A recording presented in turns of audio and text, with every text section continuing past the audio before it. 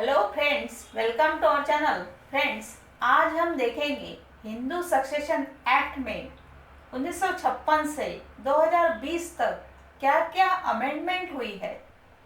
इस वीडियो में हम जानेंगे बाप दादा की ज़मीन पर कितना है बेटी का हक। फ्रेंड्स, वीडियो अंत तक देखें, लाइक कमेंट शेयर कीजिए और सब्सक्राइब करना न भूलिए। तो चलिए जानेंगे क्या कहता है कानून। लड़कियों के हित के लिए हिंदू उत्तराधिकार अधिनियम 1956 में साल 2005 में बदलाव किया गया था, यानी कि अमेंडमेंट हुई थी, जिसके तहत बेटियों को पैतृक संपत्ति में बराबरी का हिस्सा देने की बात कही गई थी। लड़की पैदा होते ही उसे पराया धन माना जाता है। उसके बड़े होते ही उसकी शादी कर दी जाती है। अगर किसी वजह से ससुराल वाले भी उसे निकाल दे तो क्या उसके पास मायके आने का विकल्प बचता है? या मान लीजिए पति की मृत्यु हो जाए और ससुराल वाले बहू को अपनाने से मना कर दे, ऐसे में लड़की के पास मायके की संपत्ति में हिस्सा लेने का हक है या नहीं? तो चलिए जानेंगे बेटी का अपने मायके की संपत्ति में कितना हक होता है। क्या बेटी अपने दादा की संपत्ति में हिस्सेदार होती है? शादीशुदा होने के बाद भी बेटी को हक मिल सकता है या नहीं, जानेंगे।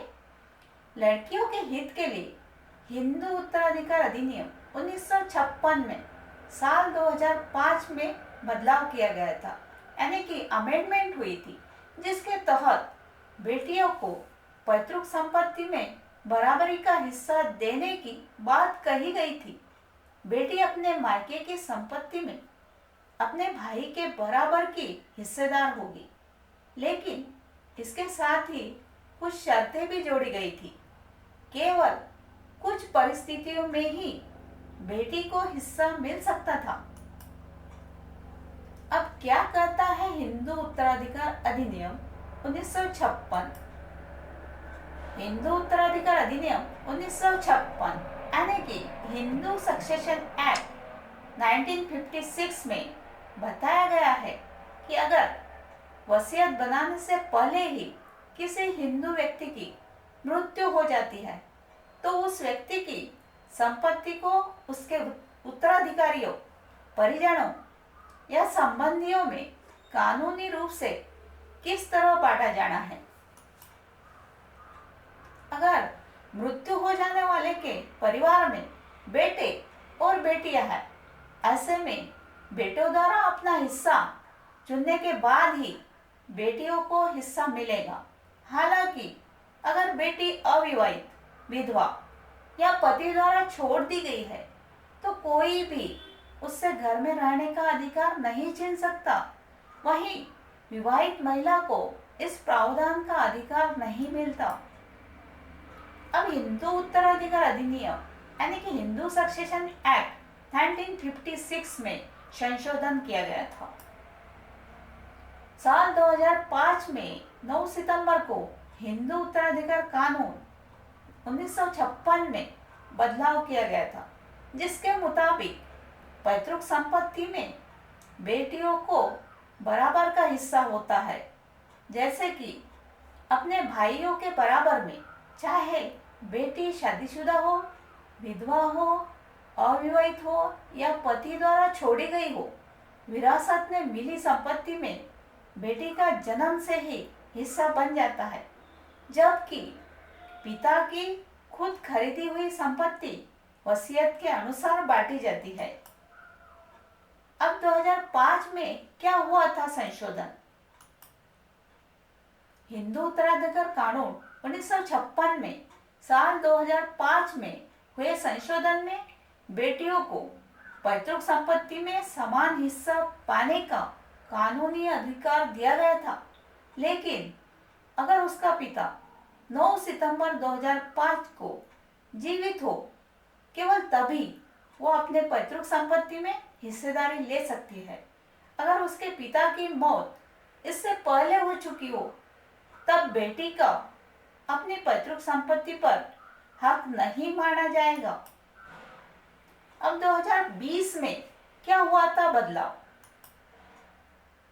साल 2020 में सुप्रीम कोर्ट का फैसला सुनाते हुए यह स्पष्ट किया गया था कि अगर किसी के पिता की मौत 9 सितंबर 2005 के पहले भी हुई हो, तब भी बेटी का अपने पैतृक संपत्ति पर पूरा हक होगा।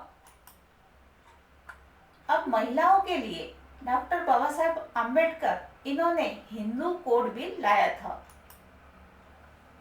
आपको बता दें कि डॉक्टर बाबा साहेब भीमराव आम्बेडकर जी ने साल 1951 में हिंदू कोड बिल संसद में पेश किया था, जिसके अनुसार पुरुषों के एक से ज्यादा शादी करने पर रोक लगाने, महिलाओं को तलाक लेने का अधिकार देने और महिलाओं को पिता की संपत्ति में लड़कों के बराबर अधिकार देने की बात कही गई थी। महिलाओं के लिए संसद में पेश किए गए इस बिल का जमकर विरोध हुआ था। हिंदू महासभा ने इसे हिंदू धर्म के लिए खतरा कहा गया था।